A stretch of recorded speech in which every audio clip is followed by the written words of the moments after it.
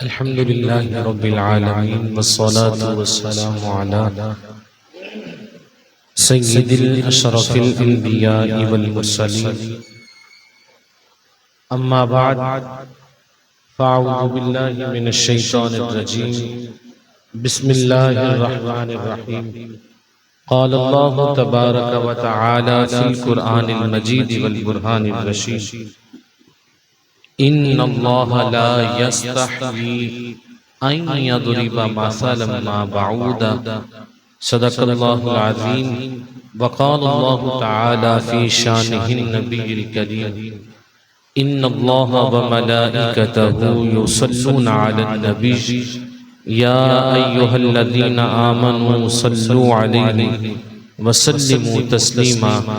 दुरूद पाक पढ़ने अस्सलातु वस्सलामु अलैका या सय्यिदी या रसूलल्लाह व अला आलिका व अस्हाबिका या सय्यिदी या हबीबल्लाह।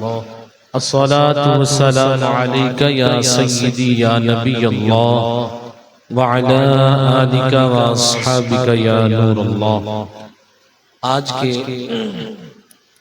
इस लेक्चर के अंदर और इस गुफ्तगू के अंदर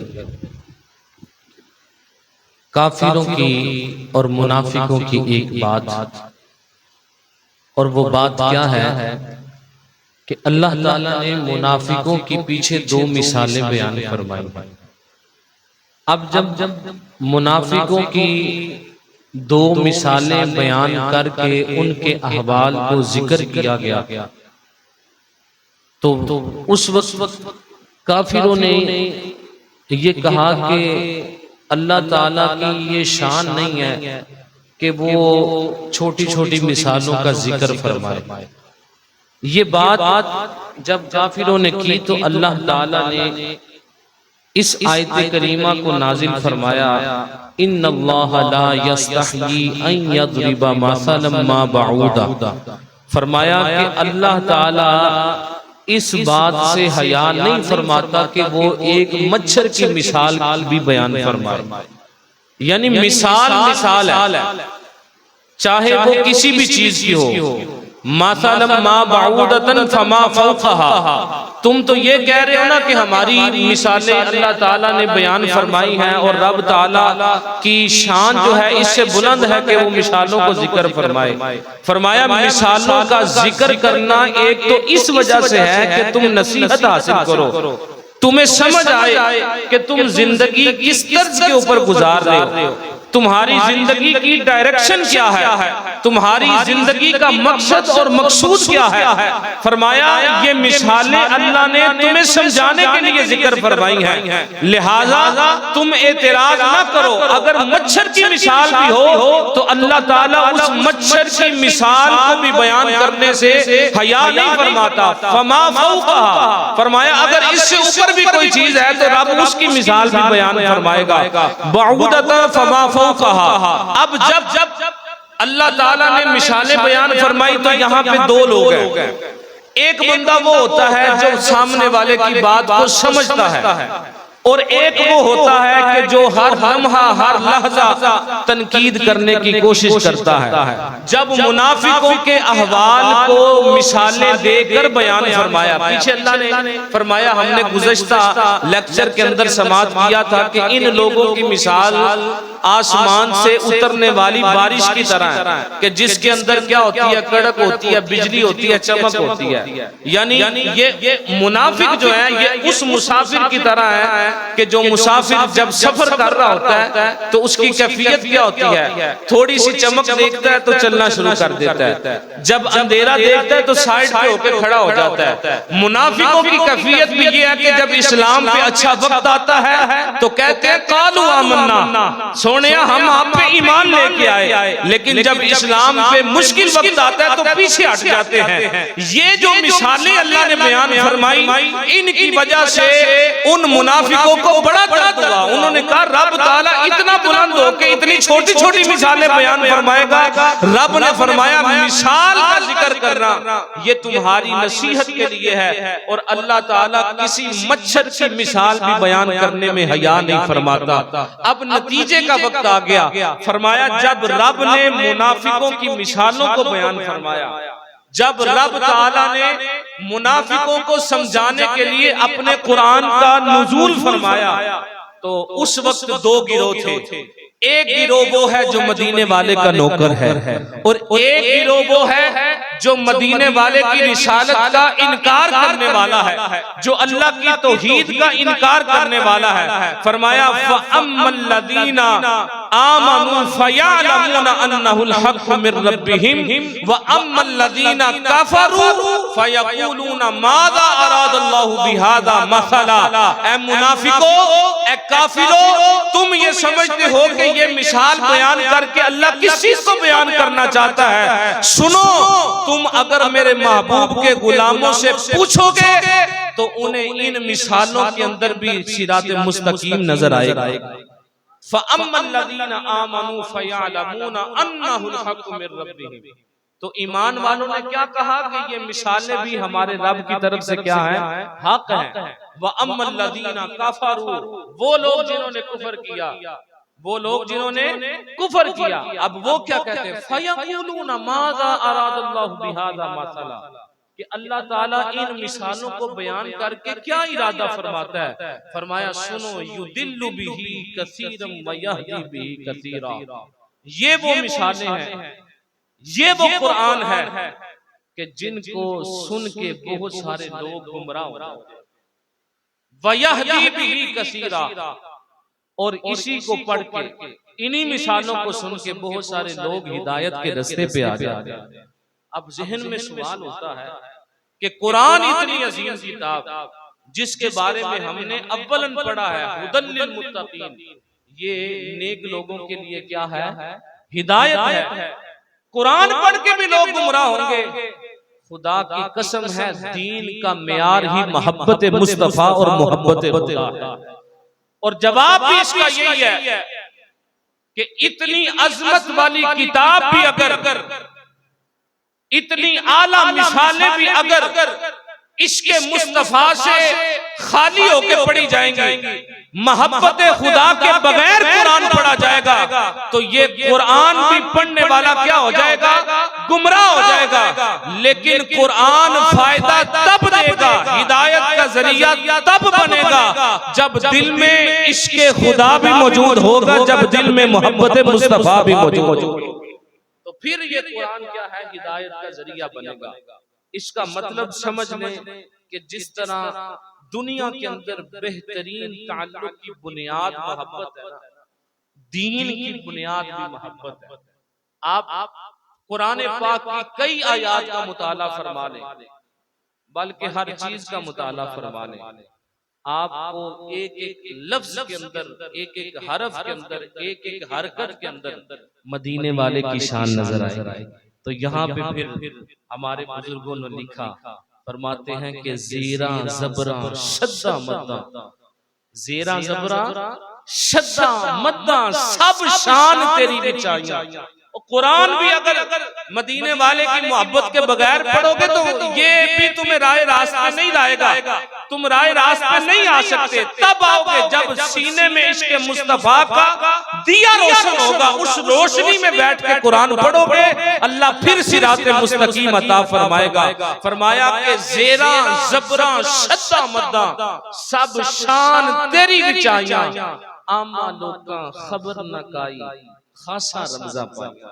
ये तो आप पूछे इश्क वालों से, ये तो आप पूछे हुजूर दाता अली अजमेरी से कि ये कुरान क्या है, आप पूछे ख्वाजा मोइनुद्दीन चिश्ती अजमेरी से, आप पूछे हुजूर गौसे आजम से, आप पूछे मेरे इमाम अहमद रजा से, आपको पता चले कि ये कुरान क्या है। तो फिर जिन्होंने ये कुरान इश्क की रोशनी में बैठ के पढ़ा है, तो उस वक्त फिर मेरे अहमद रजा की आवाज आती है कि सरवर कहूं के मालिको, मौला कहूं तुझे, बागे खलील का गुले ज़ैबा कहूं तुझे, अल्लाह तेरे जिस्मे मुनव्वर की ताबिशें, हैरान हूं मेरे शाह क्या क्या कहूं तुझे। इतना बड़ा कलाम लिखने के बाद फरमाते हैं लेकिन रजा ने खत्मे सुखन इस पे कर दिया कि सोनिया मैं आपकी क्या तारीफ कर सकता हूँ, कितनी तारीफ कर सकता हूँ, लेकिन रज़ा ने खत्मे सुखन इस पे कर दिया, खालिक का बंदा खल्क का आका कहूँ तुझे। ये बात मुख्तसर की आला हज़रत रहमतुल्लाह तआला अलैह। तो फरमाया कि रब ताला किसी भी मिसाल को बयान करने में हया नहीं फरमाता। और कुरान पाक से हमें ये मिजाज मिलता है कि अगर किसी को समझाना हो और अच्छे तरीके से समझाना हो तो उसका एक जरिया ये है कि उस बंदे के सामने आप मिसाल रखें।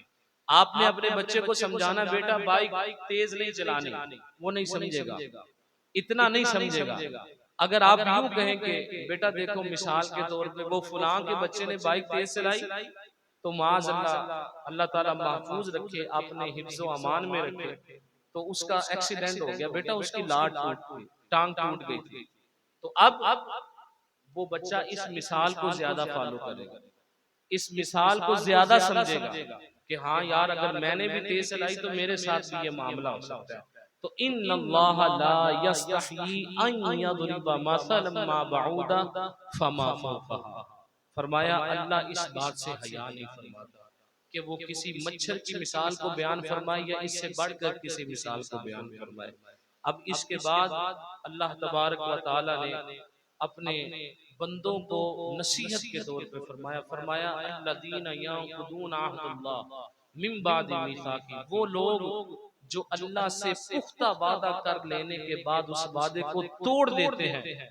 वयक़तऊन मा अमरल्लाहु बिही अन यूसला, फरमाया कि जिन चीजों को अल्लाह ने जोड़ने का हुक्म दिया है उन चीजों को वो क्या करते हैं, तोड़ने की कोशिश करते हैं।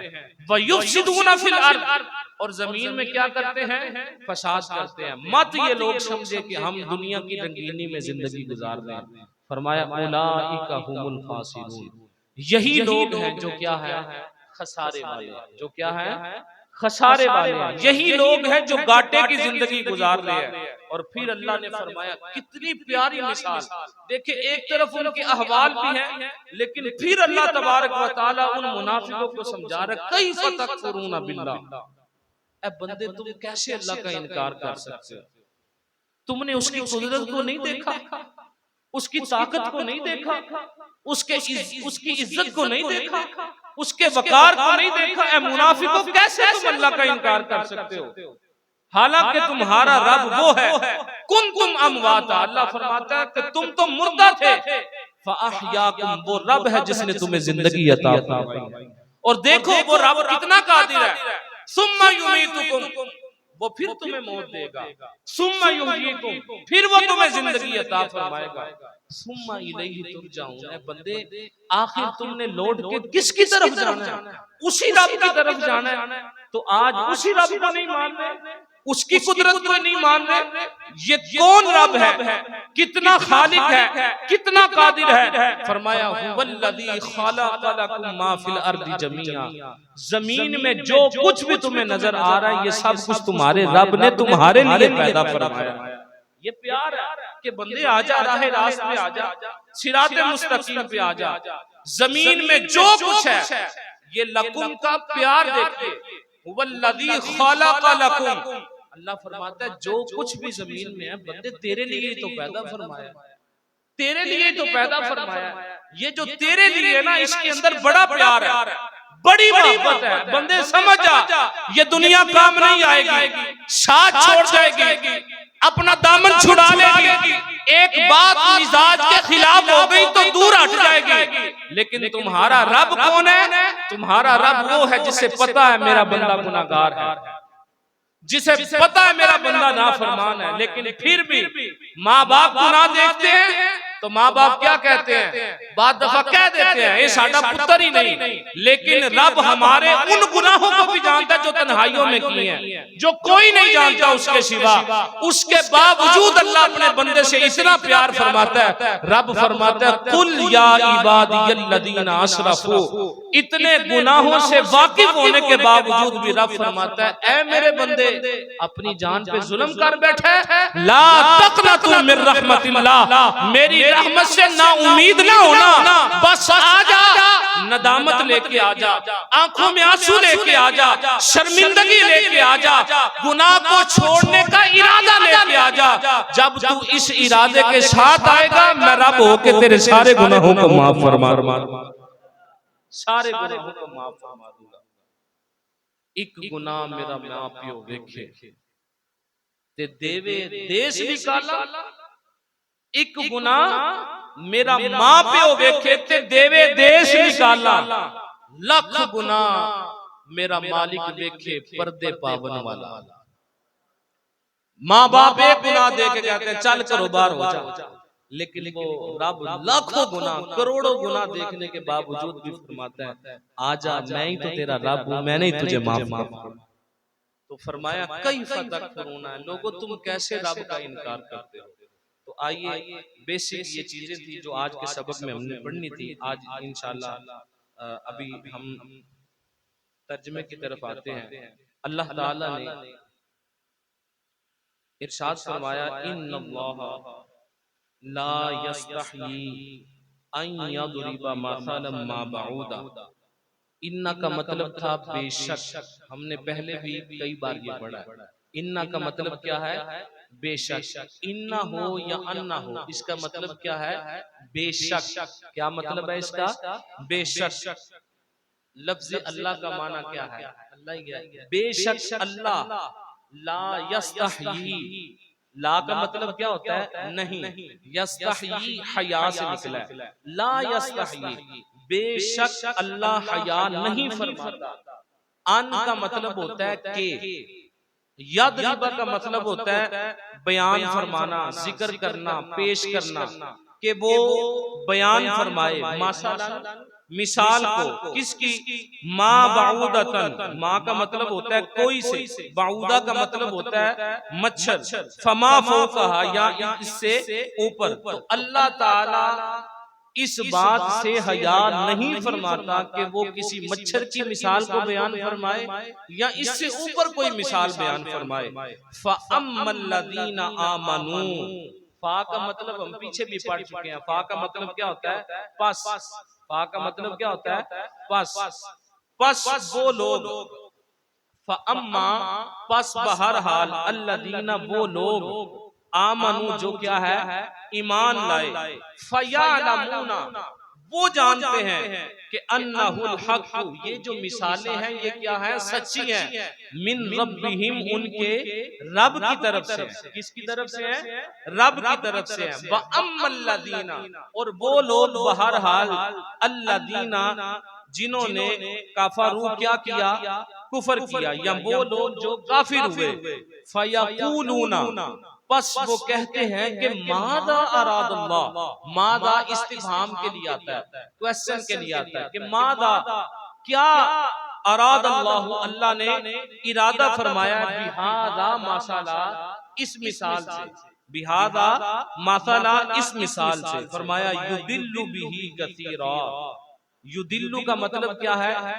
वो गुमराह करता है, बिही इसके जरिए, कसीरन बहुत से लोगों को, वयहदी बिही कसीरा, और वो इसके जरिए बहुत सारे लोगों को हिदायत देता है। वयहदी, और वो हिदायत देता है, बिही इन मिसालों के जरिए, कसीरा बहुत सारे लोगों को। वमा युदिल्लु बिही इल्लल फासिकीन, फरमाया कि अल्लाह इसके साथ गुमराह नहीं करता मगर उन लोगों को जो क्या है? नाफरमान है। फासिक कहते हैं नाफरमान को। तो इन मिसालों के साथ जो गुमराह किया जाता है वो किन लोगों को किया जाता है? नाफरमान लोगों को। आगे फरमाया अल्लज़ीना, वो लोग, यंकुदूना जो तोड़ देते हैं, जो क्या करते हैं? तोड़ देते हैं, अहदल्लाह, अल्लाह ताला के वादे को, मिन बादी मीसाकी, उस वादे के पुख्ता हो जाने के बाद, उस वादे के पुख्ता होने के बाद। मिन का मतलब क्या है? से। बाद का मतलब क्या है? बाद। मीसाक का मतलब क्या है? पुख्ता। ठीक है। ही का मतलब उसके, जो उस वादे के पुख्ता होने के बाद वादे को क्या कर देते हैं? तोड़ देते हैं। वयक़तऊना, और वो काटते हैं, मा अमरल्लाहु बिही अन युसला, उस चीज को जिसका अल्लाह ने हुक्म दिया है कि अय्यू साला इसे क्या किया जाए, मिलाया जाए, इसे जोड़ा जाए। यानी मतलब इसका क्या है कि वो लोग अल्लाह के वादे को भी तोड़ते हैं और जिन चीजों को अल्लाह ने जोड़ने का हुक्म दिया है उनको क्या करते हैं, तोड़ते हैं। वयुफ्सिदूना फिल अर्द, और वो जमीन में क्या करते हैं, फसाद करते हैं। फरमाया उलाइका हुमुल खासिरून, यही लोग जो है वो क्या है, नुकसान उठाने वाले हैं। यही लोग जो हैं वो खसारे का सौदा करने वाले हैं। कैफ़ तकफुरूना, ये देखें अंदाज कितना प्यारा है। फिर अल्लाह ताला अपने बंदे को समझा रहा है, कैफ़ तकफुरूना बिल्लाह, ए बंदे कैफ़ा कैसे, तकफुरूना तुम इनकार करते हो, बिल्लाही अल्लाह का, तुम कैसे अल्लाह का इनकार करते हो। वकुं तुम अमवाता, अपनी हकीकत तो देखो तुम क्या थे, तुम तो मुर्दा थे। अमवात किसकी जमा है, मौत की। किसकी जमा है, मौत की जमा है ना। तो मौत का लफ्ज किस पे बोला जाता है, जो मर चुका हो, जो क्या है, मर चुका हो। फरमाया वकुं तुम अमवाता, तुम तो मुर्दा थे। ये उस मालिक की कुदरत है, फअहयाकुम, उसने तुम्हें जिंदगी अता फरमाई है। सुम्मा युमीतुकुम, याद रखो वो फिर तुम्हें मौत अता फरमाएगा। सुम्मा युहयीकुम, फिर अल्लाह ताला तुम्हें जिंदा करेगा, कयामत वाले दिन फिर जिंदा होना। सुम्मा इलैहि तुरजाऊन, ऐ बंदे आखिर तुमने लौट के तो अपने रब की तरफ ही जाना है। तो जब जाना उसकी तरफ है तो फिर उस रब की बारगाह से दूर जाने का मकसद क्या है। फरमाया हुवल्लज़ी, वही रब है जिसने, हुआ वही है, अल्लाज़ी जिसने, खालाका पैदा किया है। अब बंदा समझे या ना समझे, अगले लफ्ज में मोहब्बत बड़ी है, प्यार बड़ा है। वही रब है जिसने पैदा किया। किसके लिए या अल्लाह पैदा किया है। फरमाया लकुम, तेरे लिए ही तो पैदा किया है। कोई इतना प्यार करने वाला, लकुम तेरे लिए ही तो पैदा किया है। ये प्यार का लफ्ज अल्लाह ताला ने महबूब के गुलामों के लिए इस्तेमाल फरमाया है। किन के लिए इस्तेमाल फरमाया, महबूब, लकुम तुम्हारे लिए तो पैदा किया। माँ फिल अर्द जमिया, जो कुछ जमीन में है सब अल्लाह ने तुम्हारे लिए पैदा फरमाया। और फरमाया सुम्मस्तवा इलस समा, फिर अल्लाह ने आसमान बनाने का इरादा फरमाया। कसद का मतलब क्या होता है, इरादा करना किसी चीज का, क्या करना, इरादा करना। सुम्मस्तवा, फिर अल्लाह ताला ने कसद फरमाया यानी इरादा फरमाया, इलस समाई, आसमान की तरफ।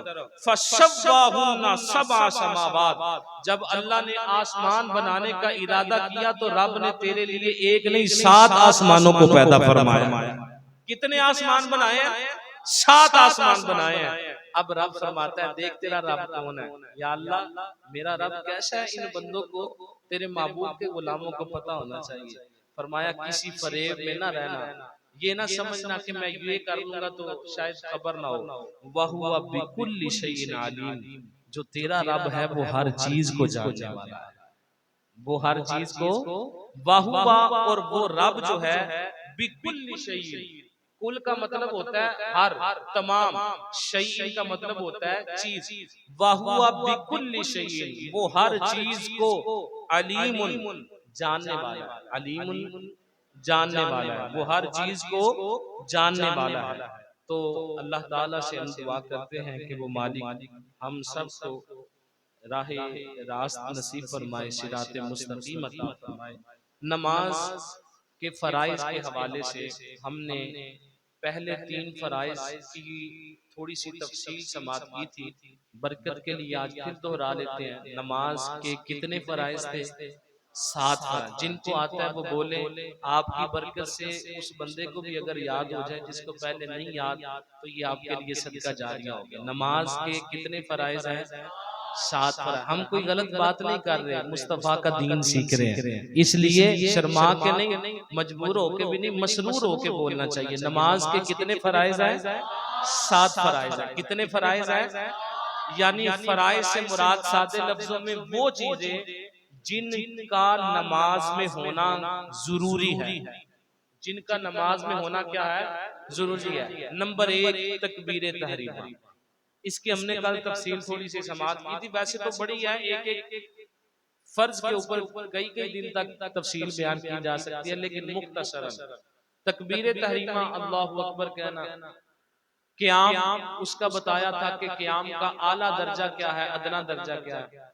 उसके बाद किरात के हवाले से गुफ्तगू हुई थी। ये 3 फर्ज और इसके बाद किरात के बाद क्या करना होता है, हमने रुकू करना होता है। देखिए हम खड़े हुए ना नमाज के लिए, तो हमने अल्लाहु अकबर कहा। इस अल्लाहु अकबर को क्या कहते हैं, तकबीर तहरीमा। सादे लफ्जों में आप ये समझ लें, तकबीर का मतलब क्या होता है, अल्लाहु अकबर क्या मतलब होता है। हाँ, तो अल्लाहु अकबर के बाद हम क्या करते हैं, क़याम करते हैं। क्या करते हैं, क़याम का मतलब क्या होता है, सीधा खड़ा होना। क्या मतलब है, सीधा खड़ा होना। अच्छा, क़याम जब करते हैं तो फिर हम उसके बाद क्या करते हैं, ऑब्वियसली क्या करते हैं, किरात करते हैं। क्या करते हैं, किरात करते हैं, पढ़ते हैं ना सुब्हानक अल्लाहुम्मा अल्हम्दुलिल्लाहि रब्बिल आलमीन, फिर सूरत भी मिलाते हैं। अब जब हमने ये तीनों काम कर लिए तो अब हमने क्या करना होता है, रुकू करना होता है। क्या करना होता है, ये इसलिए आपको ऐसे बताया जा रहा है ताकि आपको याद करने में भी आसानी रहे। किरात के बाद हमने क्या करना है, रुकू करना है। अब रुकू का सही और रुकू का सही अंदाज या सही कैफियत क्या है। हमारे बहुत सारे लोग जो हैं वो अपने अपने तरीके से रुकू करते हैं।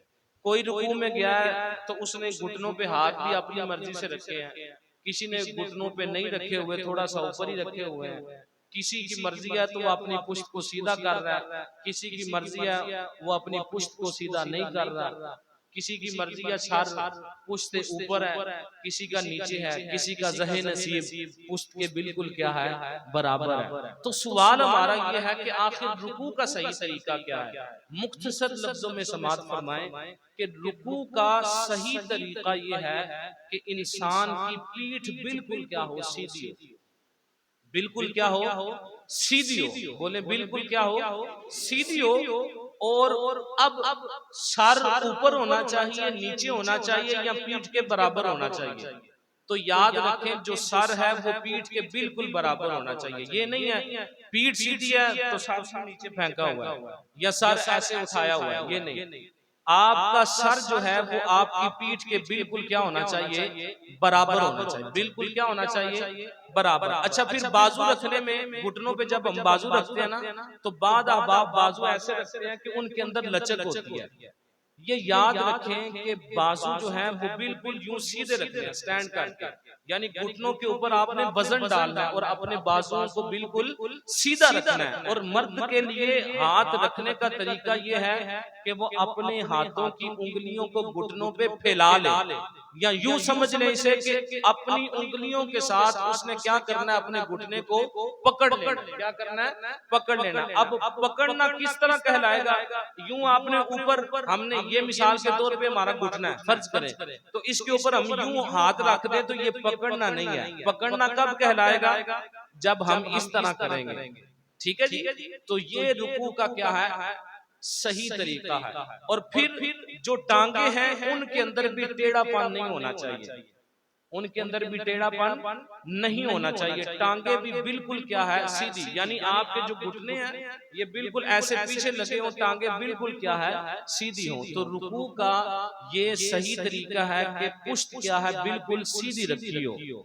पुश्त क्या है, बिल्कुल सीधी हो, उसके अंदर टेढ़ापन ना हो। यानी रुकू में आपने जिन आज़ा का इस्तेमाल करना है ना, उनमें टेढ़ापन नहीं होना चाहिए। सादे लफ्जों में ये है, चाहे वो आपके हाथ है, चाहे आपके घुटने हैं, चाहे वो आपकी पीठ है, चाहे वो आपका सर है। ठीक है, हर एक को आपने बिल्कुल सीधा रखना है। हर एक को आपने क्या करना है, बिल्कुल सीधा रखना है। तो ये रुकू की तफसील थी। अल्लाह ताला हमें अच्छे तरीके के साथ नमाज अदा करने की तौफीक नसीब फरमाए। आमीन बिजाहिन नबील अमीन सल्लल्लाहु